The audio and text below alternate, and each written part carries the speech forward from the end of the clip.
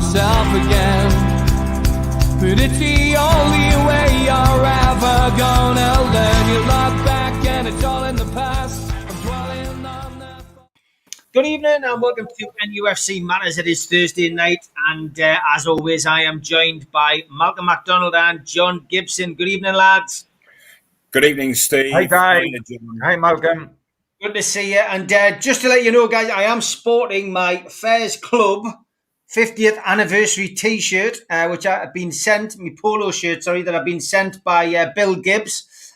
John, I know you're part of that wonderful committee, and great fit, great quality, and good luck to the lads. The 50th year. Let's hope we get out of all this kind of lockdown so that the lads can celebrate properly. But the Fairs Club do fantastic work, and I'm honoured to be invited along to these events when they go ahead. But great organisation, John, isn't it? Oh, terrific. Huge, great fans of Newcastle United, all the guys. They travel all over the country to go and see the old players. Before lockdown, they had a huge coach that went up to Scotland to go and see Jimmy Scott and Tommy Gibb and Jackie Sinclair, bless him, when he was around. They've been over to Bolton to see Wyn Davies, down into Anglia to see Ollie Burton, all over the shop, down into Nottingham to see Frank Clark. They're willing to go anywhere. Very, very loyal guys. No, fantastic. Great stuff. Well, and did you have a good week off, John? I certainly did. I was down in the Yorkshire Dales, scorching warm, scorching hot. Not God's own country, of course, because that's up here, but it was pretty close. Good stuff. And it's good news for Malcolm as well. He's got a new computer. He lasted the full show last week. Well, yes. I'm very disappointed because I had been down to Ladbrokes today to put some money on when the dog was taking them out for a walk, and I've obviously wasted it. No. So all the excitement of the next hour is gone for me. All bets are off, I'm afraid. All bets are off. Good stuff. Okay, well, what we'll do during the summer, there's not a great deal to talk about Newcastle at this moment in time. Obviously, season's over, Euros on the doorstep, but we open it up to you guys and let you dictate which direction this show goes in. And Mad Mark straight in with, can football be any more corrupt? The Big Six in the Premier League agree goodwill punishment of £20 million combined, yet lesser sides get points deductions leading to demotion, huge fines for financial irregularities. Football is broken. Malcolm, did you expect anything less for the Big Six? I am so disappointed, but it doesn't surprise me. That's the awful and dreadful thing about it. It really doesn't surprise me. They're almost forming like a little private club with the Premier League as one of the members, and yet Newcastle's situation is being dragged out all the way through and until when the season kicks off, and so it's holding Newcastle back dreadfully yet again. I'm absolutely appalled by the Premier League and the behaviour that they've had. Behaviour towards the top six, and then quite different behaviour towards Newcastle United. I think it's absolutely shocking. John, what's your take on that? It's not even a slap on the wrist for those guys. No, it isn't. I mean, it's so embarrassing. It's laughable because what does that sort of money mean to them? It doesn't mean a thing. They'd use that. The owners would use that for tips in a restaurant. It is an absolute nonsense. It's not a deterrent in any way. Oh, yes, they've threatened him. Do it again, naughty boys, and we'll take points off you. And that is a nonsense. Take points off them now. Make them suffer. As we've said in the past, allegedly smaller clubs from Sheffield Wednesday, who were once a very, very big club, down to your Berries and everything, have had points deductions that have absolutely destroyed them, and they've had to fight their way back. Some of them from going out of the Football League. And yet you get these big clubs that actually sold English football and the Premier League down the river, and authority are so scared of them, Yeah. they want to say naughty boys and fine them what is a tip, because it is absolutely ridiculous and is not going to make any difference whatsoever, and they will just plow on their own way. And I think there's no question that long term they'll try something else again. I don't think there's any question about that. They might let the dust settle, but they'll try something again. They will do, John, because Real Madrid, Barcelona, and Juventus are still pressing for this, aren't they? Yeah. And if they should in any way succeed or start getting near, then the other 9 will all join in. So yes, this hasn't ended. It's just an interval, I'm afraid. Yeah, I would agree. I love this one. John Anderson, it's not the John Anderson who used to play for Newcastle. He says, good evening, Steve, John and Malcolm, lads. Regarding the skips and bins, our sponsor, of course, he says, how about we put Joe Linton in the skip and Ryan Fraser in the bin? That's a terrific idea, but will there still be room left for Mike Ashley and Steve Bruce? Well, Darren Cowan suggests somebody else who I think might fit in there as well, and that's Andy Carroll. And according to your paper, John, the Evening Chronicle, Lee Wright is reporting that Andy Carroll's in talks with Newcastle to sign a new deal. Why, he says? Well, that's a very, very good question, and I would love to ask that to Steve Bruce and Mike Ashley. I've written a piece for tomorrow's paper, absolutely slaughtering it. I mean, Newcastle's transfer policy, I used to think they didn't have one, but they do have one, you know. The transfer policy is we are going to spend so little money, we're going to keep all the deadbeats that we already have, so that all the pegs in the dressing room are taken and all the bodies are taken. We are going to offer new contracts to all sorts of people, but then we're not going to play them. We're going to give it another 1 year to Carroll, who in the last 20 Premier League games of the season, guys, played 19 minutes off the bench. 19 minutes in 20 games, yet theoretically, Steve Bruce saw something that made it worthwhile offering him a new contract. Now, it is absolutely absurd. By the time the new season opens, Andy Carroll will have scored 1 Premier League goal in 3 years, 4 months. 3 years, 4 months. But we are offering him a new deal. What is that about? We're supposed to have offered Dwight Gale 3 years. Dwight Gale never starts a match for Newcastle. He gets a new contract and then Steve Bruce ignores him. Andy Carroll gets a new contract and Steve Bruce ignores him.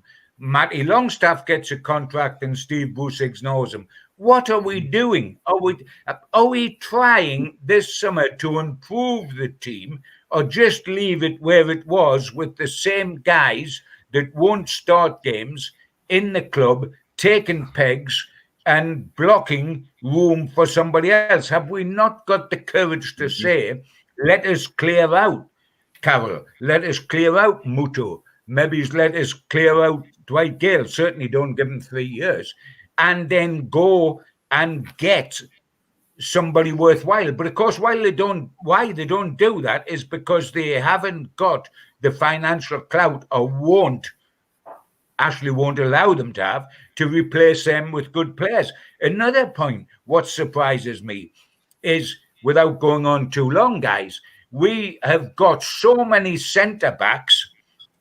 We've got Dummett, who we've given a new extension to. We've got Shaw that we've given a new extension to. We've got Kieran Clark, who's staying. We've got Lascelles, who is the captain. We've got Kraft and Hayden, who have played in there. But we're keeping all them. We've offered the ones that are out of contract new contracts, Fernandez as well. And at the same time, with all them, Steve Bruce is desperate to sign a central defender because he doesn't think he's got one who's quick and closes down and closes the door quickly. He tried to get Robert Holding a year ago, wasn't able to on loan. He's trying to get another kid from Arsenal on loan, centre back, or the guy from Celtic that they've got a few quid on. I'm not having a go at those centre halves individually because they're big-hearted and they've got certain pluses. But do we need them all? Do we have to give contracts and end up with about 7 people that play central defence and still feel that we've got to go out and buy one as well? I mean, we just are scared to let anybody go. What's your thoughts on that then, Mal? Yeah, it certainly seems so.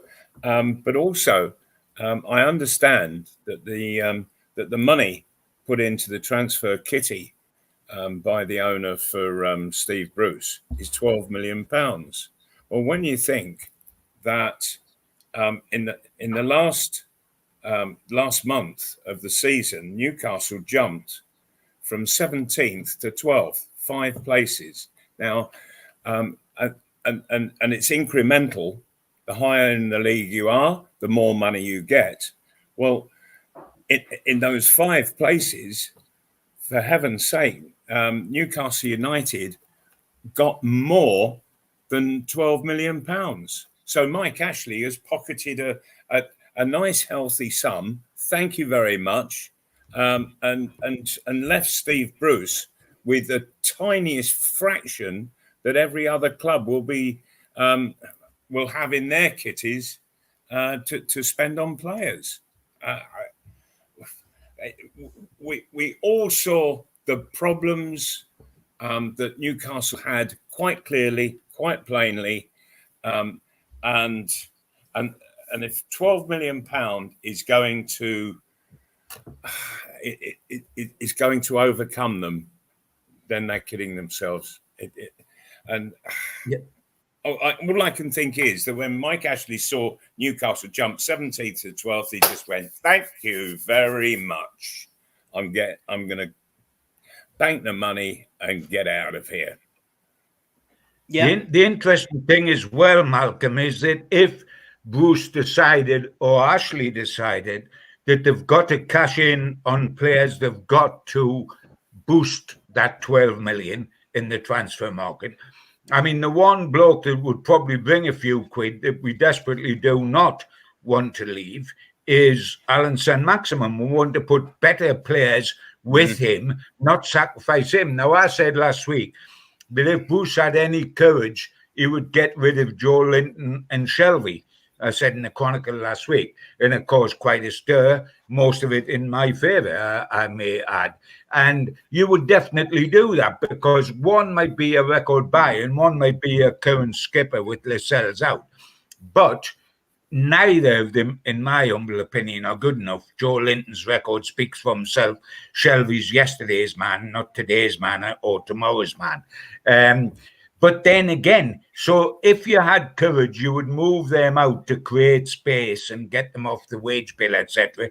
But of course, the bottom line is, how much would you get for them? I mean, Joe Linton cost 40 million. You wouldn't get 20 million for him now. And Shelby, well, there we go. Shelby is very much a man that was a good player once, but football's moved on, left him behind, and yet we are still lauding him as somebody that, and as Malcolm said time and again on this program, he dictates the way we play. He dictates the way Newcastle play, and it is not in a good way. He slows it down.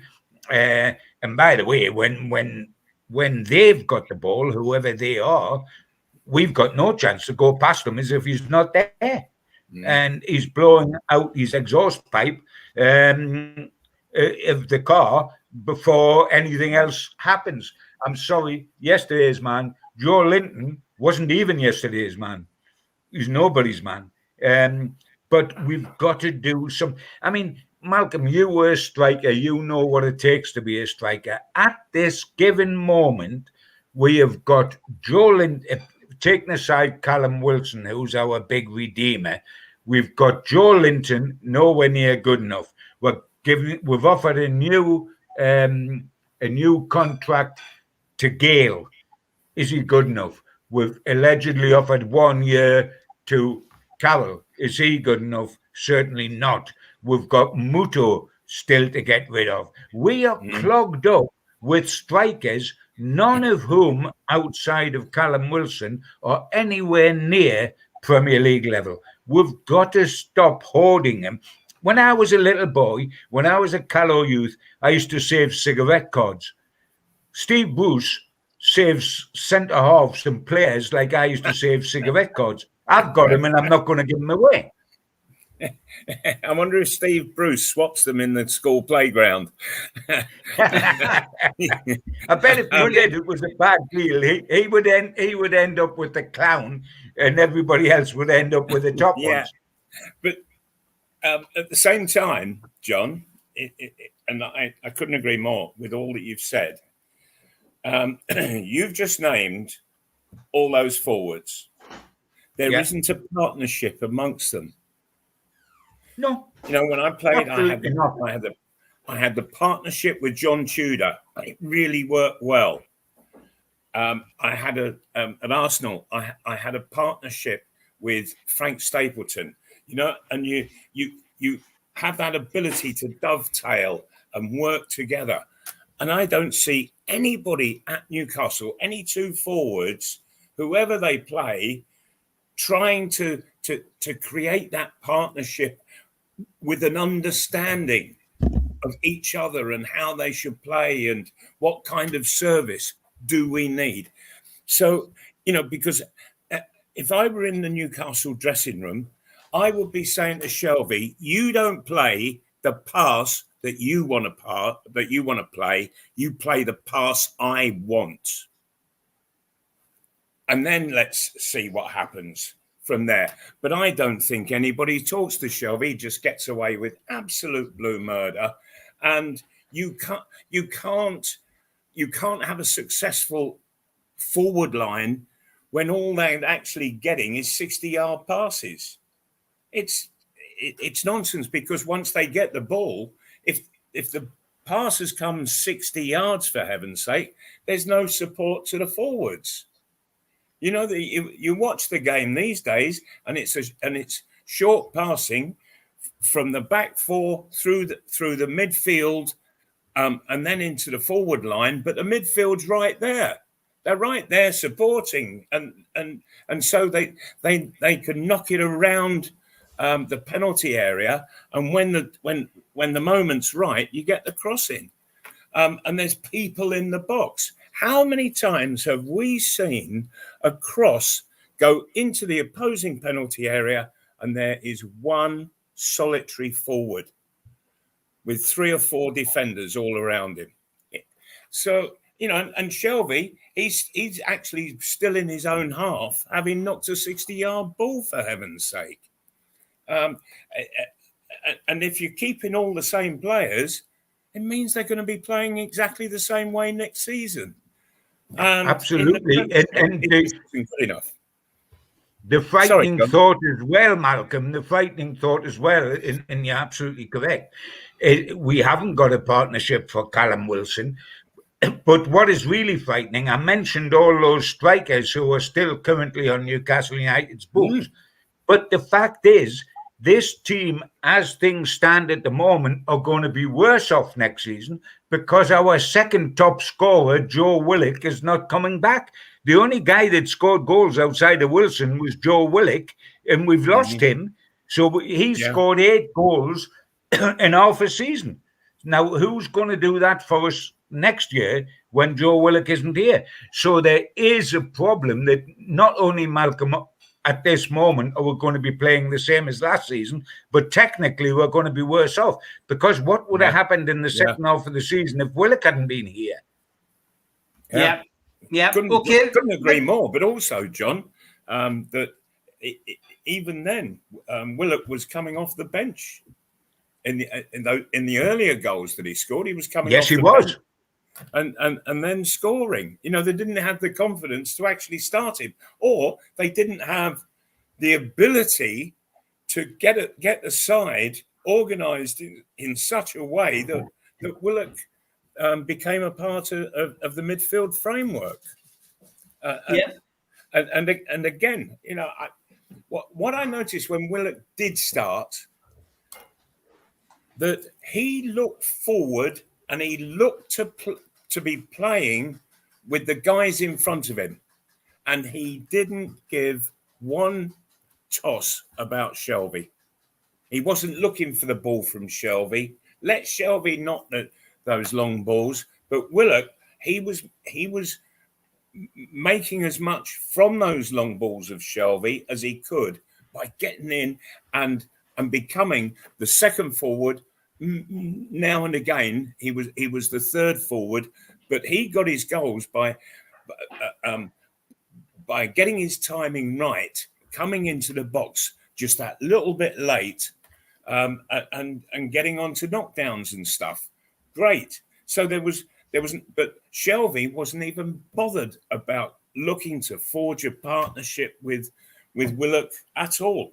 Shelvey isn't interested.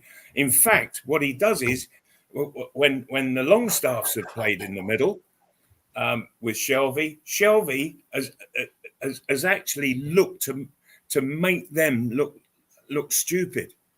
And I despise players who do that. I really do. I've seen it over the decades, over and over again. It doesn't happen too much, but Shelvey is one of those who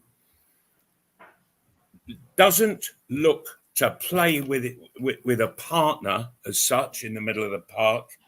He wants to alienate the other player. And I despise it. I really do. Okay, good stuff. Strong opinions as always. That's what we like. James Brown is changing tact a little bit. He says, do you think we'll win the Euros, lads? He says, I think it'll be between France and England. John, are you as optimistic that England are going to be anywhere near this final? I'm not. Well, let me tell you a little story. When I first come back from Fleet Street to the Chronicle to cover Newcastle United and England, they said, yes, you can do England at all the major tournaments, Europe and the World Cup, and cover Newcastle United. Absolute utopia for me. I came back from Fleet Street 1966. The first job I had, England won the world in the summer before I started with Newcastle United. In the autumn, England won the World Cup, 1966. By 1969, Newcastle had won a European trophy. And I thought, I'm quids in here with this job. I'm going to be sitting on trophies every 3 seasons with Newcastle winning the FA Cup or the League Cup and England winning the World Cup or the European Cup. I am now older Methuselah, and neither England or Newcastle United have won a solitary single trophy ever since. And I've refused to die until they do, so I know how much long life I've got left for me. So do I expect England to win this the Euros? Yeah, about as much as I expect Newcastle to win the Premier League next season. No, they've got a slightly better chance than that.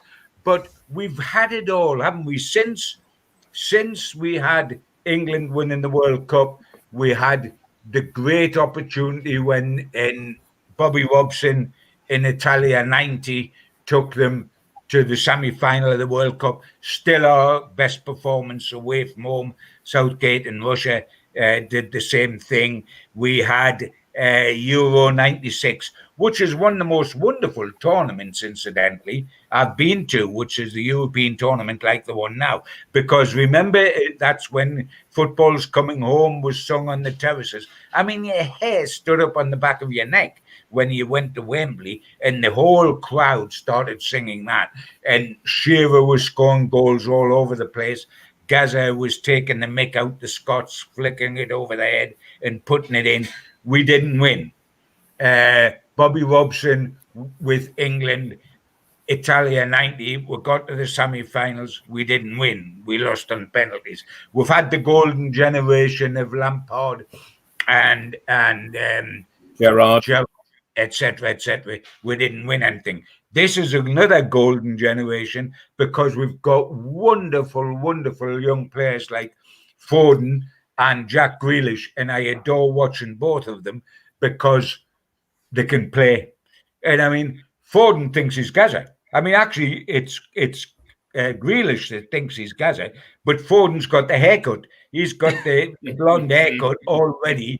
I mean, I think he's got the bottle behind the goal ready to be sprayed in the mouth like the dentist chair, the way Gaza did in 96. Those kids have got talent, but have we got enough in the team? Are we going to win it? Is the defence dodgy?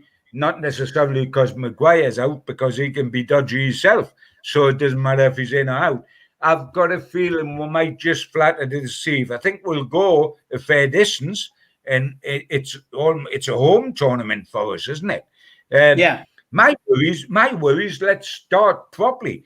You know, we've got the fearsome worry that next weekend Scotland, who are absolutely supposedly no hopers, will come and tuck us up because they are the enemy. Took us up at Wembley. I mean, they're charging at us with all Newcastle United current or past people. Ryan Fraser, who can't hit a barn door in the Premier League for Newcastle United, will undoubtedly score at Wembley because he's bothered about Scotland, not too bothered about England. Then we've got the old two Newcastle coaches sitting in the dugout, Steve Clarke and John Carver. But here's the saviour. We've got Graham Jones in our dugout. I'm not shouting for Fraser because I'm furious with him for his Newcastle form. Neither am I shouting for Clarkey and Carver. I am shouting for England because I am English, and I'm shouting for Graham Jones, who I want to get in a super mood. I want what he did at Newcastle to rub off on England, then come back here next season and take us to the Champions League, and we do the double, winning the FA Cup and the League Cup. That's okay. That'll do for me. So that's my big hope as I'm sitting in front of the telly. But I've been watching pink pigs fly for so long, I know the outcome before it starts. Keep up the gin, John. Keep up the gin. Hey, you need something to keep you going, pal, when you've followed Newcastle for the years I have. So Malcolm, are we going to be in the final of this Euro tournament with Harry Kane getting 4 goals in an England shirt? We can't have him getting 5. Yeah. I don't think so. Somehow, I really don't. I think it's a fabulous group of young talent that we have there. My major question mark is in the abilities of Gareth Southgate to get them organised in such a way that they can really go and show those skills off to the great benefit of the England side.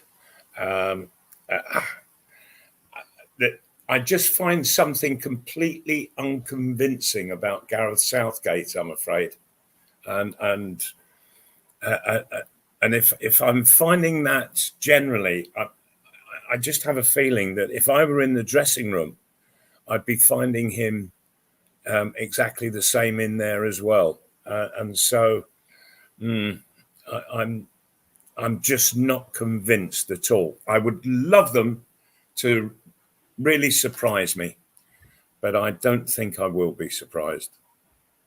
Okay. Thanks to our sponsors, as always. Big shout out to Spider VPN for all your internet security. Simply Google Spider VPN. They can protect your passwords and all your confidential information on your computer. Also, a big shout out to the lads at skipsandbins.com. I know they've been in touch with Malcolm this week, helping him out. Telephone 0800 25 45 25 3. Email inquiries at skipsandbins.com. website, www.skipsandbins.com. Easy, contract free, and pay as you go waste collection. Also, a big shout out to John at qtechshop.co.uk, the makers of pool tables and snooker tables in Wolves and Newcastle, and to Jab Signature as well. Don't forget, if you want to subscribe to the channel, hit the Newcastle Legends logo in the bottom right hand corner. Hit the thumb up to like the video, which is quite important for us, and please hit the share button as well. If you want to meet like-minded Newcastle fans, then drop into the comment section on YouTube and enjoy speaking to like-minded Newcastle fans. We're also free of charge on iTunes, Spotify, and all your good podcast providers. And don't forget as well that the food bank bucket is still operational throughout the summer, collecting much needed funds for Newcastle's food bank. NUFC fans, foodbank.co.uk, and you can make a digital deposit and you will enter into the raffle for the watch, which you see there, which will be drawn on the 6th of August at the NUFC Matters Charity Pool Night organised by Q-Tech.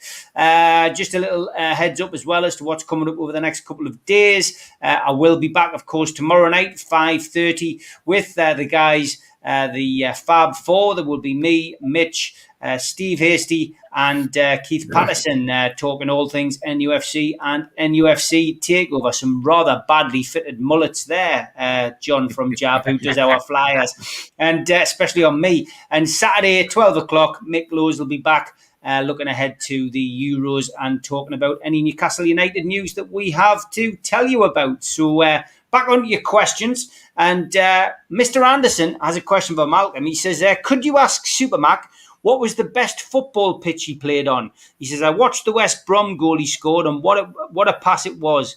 It was like he said, but what were all the pitches like that? He said, which was your favourite pitch, Malcolm, apart from St James's Park, of course? Yeah, probably my favourite pitch was Coventry. I always kept scoring there and often hat tricks. But the best club pitch in the 70s was probably at Portman Road, Ipswich's pitch. It was absolutely super. And of course, there are so many modern techniques now, and they're able to keep the pitches absolutely pristine throughout the whole season. And I was intrigued. I walked on the pitch, and what you actually have is the grass coming up, but there's like a plastic netting. It's like a very hard, durable plastic, and the grass comes through that. And so when players make a tackle, you never see the divots coming up because they get to the plastic and then slide along. And so they're never getting down to the roots of the grass. And so the pitches stay pristine. And absolutely marvellous, you know, but it got to the stage by a sort of about December, January. And if you remember that from the goal mouth would be bare. And then it would be that sort of shape that went all the way out around the middle, and then narrowed down a bit in the other half, and the pitches would be absolutely bare through the middle. So much better now, but I'm not so sure that players fully understand just how lucky they are to be playing on such pristine pitches, you know, in March and April. The pitches are better now than they were at the start of the season back in the 70s and 80s. Yeah, I would agree. Question for you, John, from Phil B. Are there many stories that John had that weren't published but would have been sensational if printed? He went, no names mentioned, of course. Without a shadow of doubt. But I mean, a lot of the time they weren't printed because I was involved in them along with the lads. So it didn't happen. I mean, I've I've printed one or two since, like the stories of Barrow when he was going to walk out in the 74 Cup final when he wasn't picked, and Malcolm's gone on and told the story about why he wasn't picked with Berkey and how we missed him. But I mean, I went up to his room. I used to drink with him. I used to drink with him. I used to drink and Barrow used to watch me because Barrow didn't drink. Yeah, I mean, he was regularly reported. He was regularly reported to Joe Harvey as being in a nightclub and being paralytic, drinking Bacardi and Coke. He was actually drinking Coke, nothing else. He was just crackers and leapt about as if he was on Cracker Jack the whole time. So everybody thought he was ratted and he was on Bacardi and Coke. He was on just Coke and he wasn't doing anything whatsoever. He wasn't, but that was, and Joe knew the number and he knew he wasn't drunk because he didn't get drunk. But he was going to walk out on that. And I went up to his room and locked the door and said, listen, pal, if you walk out here, your career is finished, not just with Newcastle United, but with other clubs. You walk, and with fans, you walk out 2 days before cup final because you've got a lip on. Of course, in those days, there wasn't 7 subs and all that, so he wasn't going to take part in the match whatsoever. But I said, you can't do that. He didn't do it. I did myself out of a story because at that time, I didn't carry the story because I wasn't going to crucify the lad. I can remember doing that with Steve Cram on a totally different thing and with a few other people who were good friends that sometimes you protected. And the Chronicle didn't know you were protecting them. But what happened was that you missed one very huge story. But I tell you what, you got a 7 afterwards from the guys who said, there you are, Gibbo, because you had been good to them and they would be good to you. I could never take part in what national papers did, and Malcolm will know this at the time, where they would doorstep people on personal things like their personal life and hammer them and go in the paper, and it destroyed the wife, it destroyed the kids, it destroyed everything. I couldn't live like that. I couldn't look in the mirror if I did that sort of journalism. I wouldn't do that sort of journalism. But of course there was fun stories, terrific stories that haven't got out to this day. I mean, I've known a player that was going to be doorstepped by. I went into the Evening Chronicle one morning on a Saturday morning without any names, any pack drill, and I'd been out with a player the night before. He stayed at my house on the booze and he left about 4 o'clock in the morning, and he was back in my house at 4:05 in the morning because he'd just wrapped his car round the lamppost just round the corner from my house. I took him into my place, gave him several coffees, sent him on his way at 6. I went in the office at 7 for a shift, and I was called over by the news desk and said, Gibbo, who does this particular guy, who does he know in Wallsend? Now, I just moved to Wallsend, so the bloke he knew in Wallsend was me. But I said, how do I know who he knows at Wallsend? I've got no idea who he knows in Wallsend. They said, well, the coppers have found his car wrapped around a lamppost. But of course, they can't do him for anything then because he wasn't. But he's tucked to his toes and they don't know. They said, anyway, we are going to doorstep him and find out what it's all about. I said, look, can't help. Sorry, really don't know anything. I went round the corner, phoned the player. I said, hey, pal, get yourself out of your house. You're going to be doorstepped. Get yourself down to the mother-in-law's, sit in there, have a cup of coffee, come back 6 hours later. The story never come out, never happened. I'd looked after a close friend, mainly because he'd been in my house all night anyway. But you stay a close friend. He was a superb ability. He did loads of things. And we got loads of fun stories. So I didn't even do the Chronicle down. They missed one big story. They didn't know they got half a dozen great ones later on because the friendship was cemented. It is called Using Your Noddle. It's also called We're All Human and We've All Been There at some stage in our life. And the only regrets I've got is at my age now, I'm not there any longer. Yeah. Malcolm, has John ever dropped you in it? No. I do remember the appointment of a manager.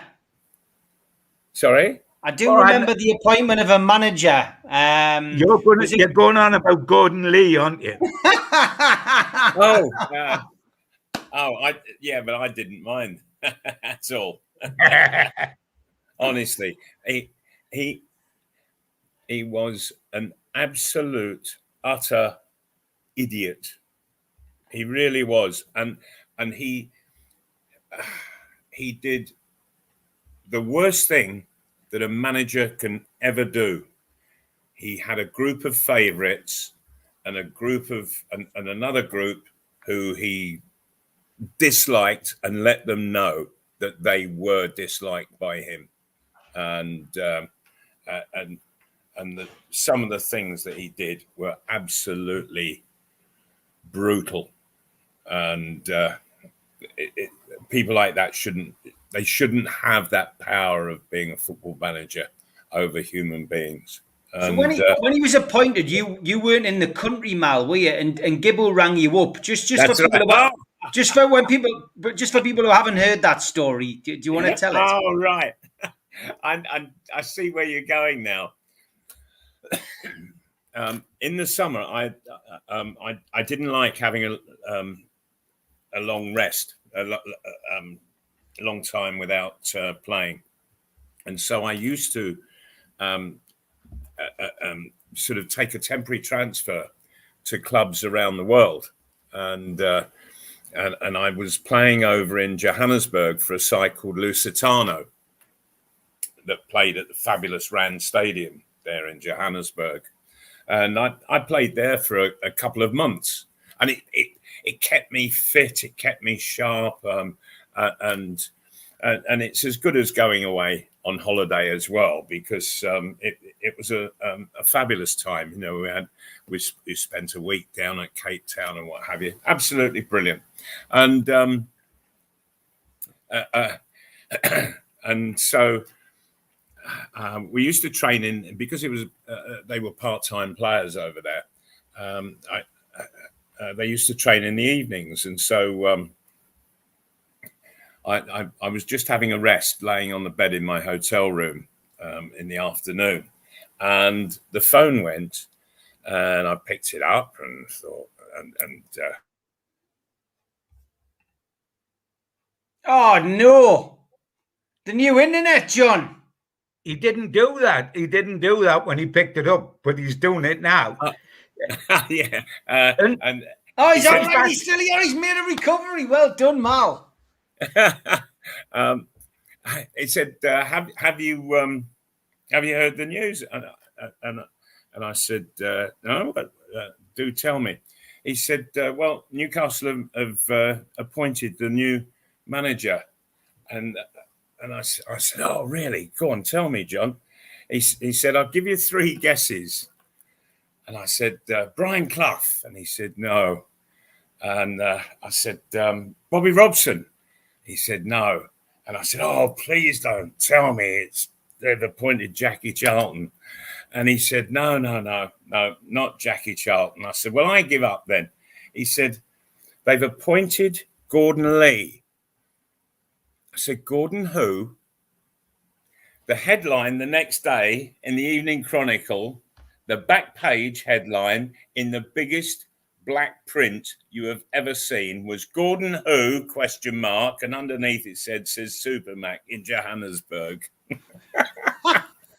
Steve, was I right? Was I right? Did I quote him accurately there? That's all I want to ask. Malcolm, was it an accurate quote? You've waited 40 years. I ended up loving Gordon Lee as much as you did, mate. Steve, may I say here, I just saw one along the bottom of the screen there a couple of minutes back. Some punter saying, "Look, the Euros are about to start," as Gibbo Gaza story to tell. Well, very quickly. You've read me mind, because I was going to ask you. I was going to ask you to do that. But very quickly, just a couple. I went out when remember he famously signed for Lazio after he left Newcastle, was at Spurs, he got a bad injury, signed for Lazio and was out in Rome. I decided, Geordie abroad and all that sort of thing, and knowing Gaza well, could I go out? And he said, of course you can come out. So I went out for 4 days to do the Geordie in Italy. Now I'd been to an England game on the Wednesday night. Gascoigne had been there, although he was injured. He was on the plane the next morning, the same plane as me, to Rome. By the time we got to Rome, we'd cancelled my hotel and I was staying at his house, etc., etc. And when we got to his house, his dad was there and one of his mates from Gateshead was already here. Now, being as daft as a bush, as Bobby Robson said, he got me up in the middle of the night, the first night I was there. And I said, what are you doing? What do you want me for? He said, look, come with me, he said. And he nipped next door to where his mate was in bed from Gateshead. And he had an electric shaver. And he shaved off his left eyebrow in the right half of his mustache. So he had half a mustache and an eyebrow on the other side. Chortling with laughter, went back to bed. And the next morning, I just heard all the squeals as Charlie, his mate, went into the toilet and looked in the mirror to have his shave and saw the state he was in. But every day, when he would go to training and I would go to training with. Now, by now, Lazio had realised that he was a slate short of a full roof. So they said to him, by the way, you can't ride your motorbike, because he was obsessed at that time with Harley Davidson. So he said, you can't ride your motorbike. You've got a bad injury to start with. You're taking a trip. He said, I wouldn't dream of riding my motorbike. Not a problem at all. So what did he do? He rode his motorbike every day to training. He got on the motorbike in this villa he had in Rome, got on the motorbike, put a German World War II helmet on, it set off on his motorbike, and his dad and I were in the 4x4 behind him, and he was weaving through the Rome traffic with the old Churchill two-fingered salute above his head, because we couldn't follow him with all the traffic.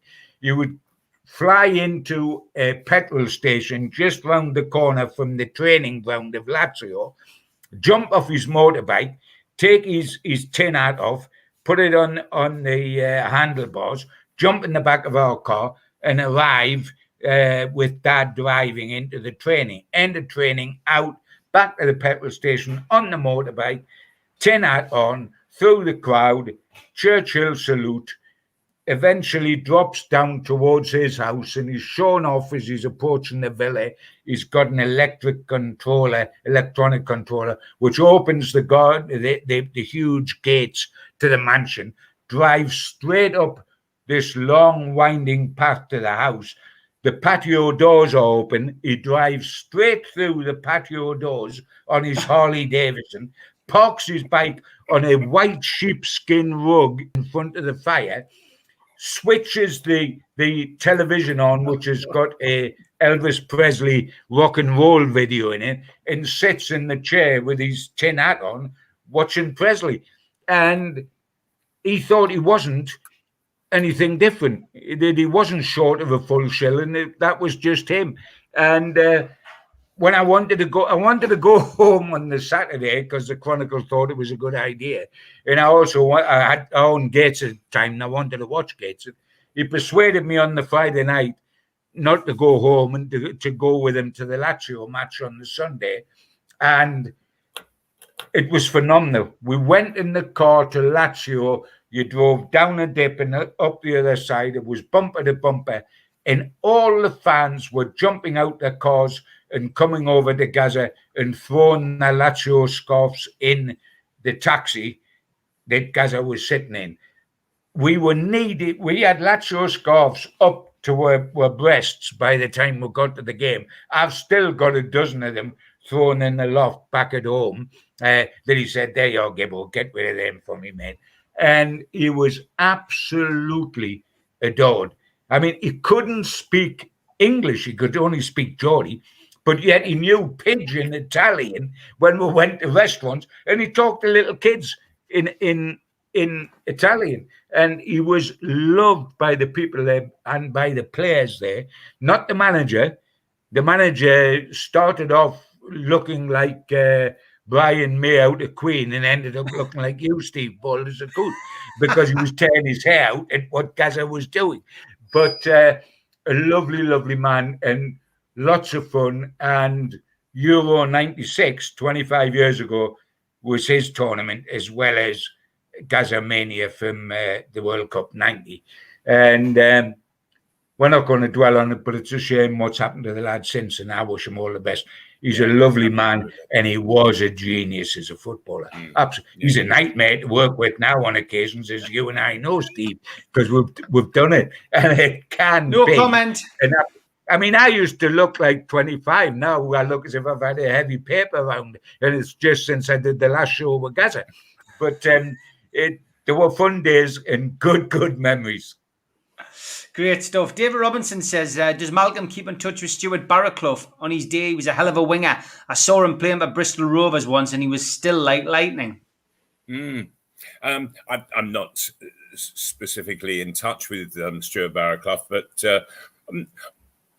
a lot of the ex-players, they're invited back by Bob Moncur for a match and to be legend of the day, and I usually get up and get to the Bob Moncur suite, and I'll see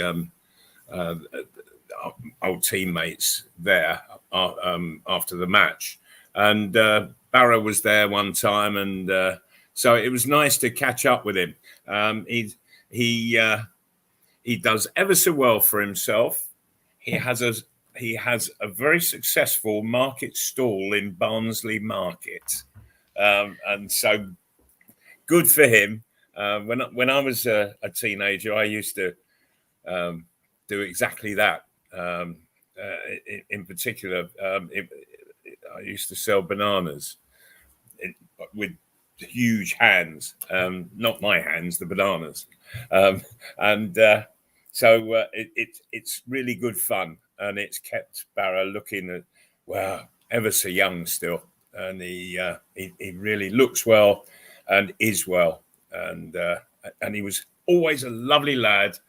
Whatever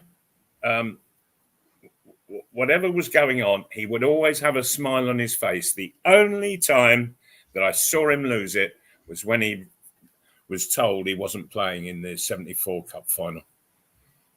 And as you just mentioned, John, he was in a right state. And I'm not surprised, because he had played the whole season. And what went on there was quite ridiculous. Big match, of course, on Sunday, lads. Stockport versus Hartlepool.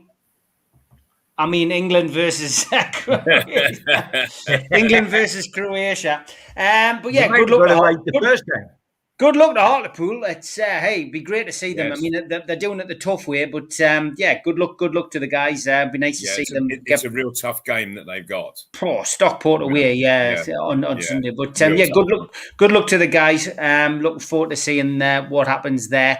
But yeah, look, England. I mean, this is a tough group, John. This isn't easy, and that's a tough game. And if they get anything other than a win from the Croatia game, going into Scotland, it's like a 6-pointer, because it's tournament football. So, yeah, what's your view on the game on Sunday, England versus Croatia? Well, I mean, first and foremost, let us say that if we are ever going to win anything, which is either going to be Europe or the world, it's tough. That's the way it is. We can't have any excuses that we are supposed to be good enough, so we'll do it. Croatia have got a tremendous record in tournament football. It is unquestionably tough. And the one that really worries you, because they've got a habit of doing things, is Scotland. Because I was there in 2000 when we got through, but we played Scotland at Wembley, just as we're going to do next Friday, and we lost 1-0. The England manager was Kevin Keegan, And the man that scored the goal for Scotland was a Geordie. So how can an Englishman score a goal for Scotland? Mainly because his dad had been a miner up in Nairn for 35 years, and he was able, therefore, to qualify for Scotland. That was Don Hutchison, who was born in Gateshead and played for Red Youth Boys Club. And he scored the winner, and I remember being there. I didn't know whether to laugh or cry because the Geordie got the winner, but unfortunately it wasn't for England. And the ironic thing, was that Hutchinson was pushed up front for that game and had a terrific game. And what he did, he murdered Gareth Southgate. Keegan, England. I had been up at Hampden Park when England won 2-0, and Paul Scholes scored both goals, and that got us through eventually 2-1 on aggregate. But KK, bless him, thought we were already through because we'd won 2-0 in Scotland, so we beat them at Wembley and we're through. And he changed the team, and he took out Martin Keown and put in Southgate. Now, Martin Keown and Adams, as Malcolm would know, were about as physically tough as you can get. They could punch holes in steel. Southgate was not aggressive like that at all. And Craig Brown, who I got to know, stuck Hutchison up front and said to his goalkeeper, stick the ball on top of Southgate whenever you're kicking out your hands. He'll be challenged by Hutchinson and we'll pick up the pieces. And that's exactly how it worked. And Hutchison terrorised Southgate, absolutely terrorised him, and they won 1-0. So you remember uncomfortable situations like that. And, your worst enemy, you think, well, that's it. Croatia is a better side than Scotland, but it could well be that Scotland produce more problems for England than Croatia do. It's going to be tough. I don't like excuses. If we're good enough, we've got to be good enough to face these guys and overcome these guys, or we're just not good enough at all. What worries me basically is the defence. I think the defence can be taken, especially at the heart of the defence, and might just be taken. Harry Kane, terrific. Today's version of Shearer to a certain extent. Foden can play, Grealish can play. Can we keep the goals out? Yeah, and you haven't mentioned Mount, John. Mount Sorry, can mate? play as well. You haven't Sorry? mentioned Mason Mount. Oh, absolutely sensational. Yes, Yeah. You're totally correct. Those I've got three no players, worries, they Malcolm. are very special. I've got no worries going that way. My worries is when it's coming the other way. Sure. And Pickford is as liable to have one of those days where he punches Van Dijk into oblivion and then punches the ball into net than he is to save everything. So you never know what you're going to get there. But of course he is a Mackham. It's as simple as that, John. Quick prediction, lads. Simple as that, mate. Simple as that, pal. Quick prediction from you, Mal. What, for the tournament? Just for the match of the weekend, England, Croatia, and then obviously the Scotland game as well. Give us your predictions for those two games. I think England will beat Croatia, although it'll be tight. I don't think that Modric in the centre is the player that he was, and I can see the youngsters outrunning him and outplaying him. I'm gonna take England to win, and I really am looking forward to seeing this young midfield trio, and I hope that Gareth Southgate goes with them, because I think that they've got a tremendous maturity, all three of them, for such and particularly Mount and Foden, for such young players, and this is a grand stage for them to be on, and so and Foden, he's been he's been in the absolute big time this last season. You know, when you think of the really big matches that he's played in, and he's an old hand at it now. So I am just so looking forward to seeing these kids play, and I think they can take us a long way. We're not going to win it. I don't think we'll even get to the final, but I do think that these kids could take us all the way into the semis. Okay, John. Malcolm reckons a win against Croatia and perhaps a run to the semis. What's your prediction? I won't disagree too much with that. I think we'll beat Croatia 1-0, and I think we will beat Scotland 2-1, but that's because at this stage of the year, I believe all my clubs will be terrific, because I've never seen Newcastle United lose a game in June. And that includes the Fed Cup final. So I'm very optimistic at this time of year. So I'm going for 2 England wins, and may well get to the semis. The funny thing is, you know, with England, the fans are almost a barometer, aren't you? I went out today, and for the first time today, I saw a taxi with the England flag flying on the roof. You know how the taxis often have the flag, if St. Georgia, which always happens on a major tournament. Here we are, we're loyal, we love our country, and we fly the flag, and it's everywhere, and the excitement's everywhere, and the national press are saying, wonderful England. Then we trip over our bootlaces in about the quarterfinal semi, and all of a sudden England's an absolute disgrace. They've been let down by all the superstars, and we should all go home, and it's all horrible, and we're all crying to a beer. So what's going to change, mate? I'll give you again 1966 England, 1969 Newcastle. I'm waiting, baby, on both of you. Are you going to stop me, Agni, or is it going to go on? Well, we made texted us today. His wife gave birth to their firstborn, which was fantastic. Obviously, he thinks England's going to win the Euros, and then the takeover is going to happen as well. So it's a positive year as far as he's concerned. Congratulations to him, lads. The clock has beaten us. Great to see you both, and look forward to seeing you again next Thursday. Take care, lads. Have a good week. Right. And you, Steve. Good to Take care, fellas. See you, Mal. Take care, Steve. Bye. Bye-bye.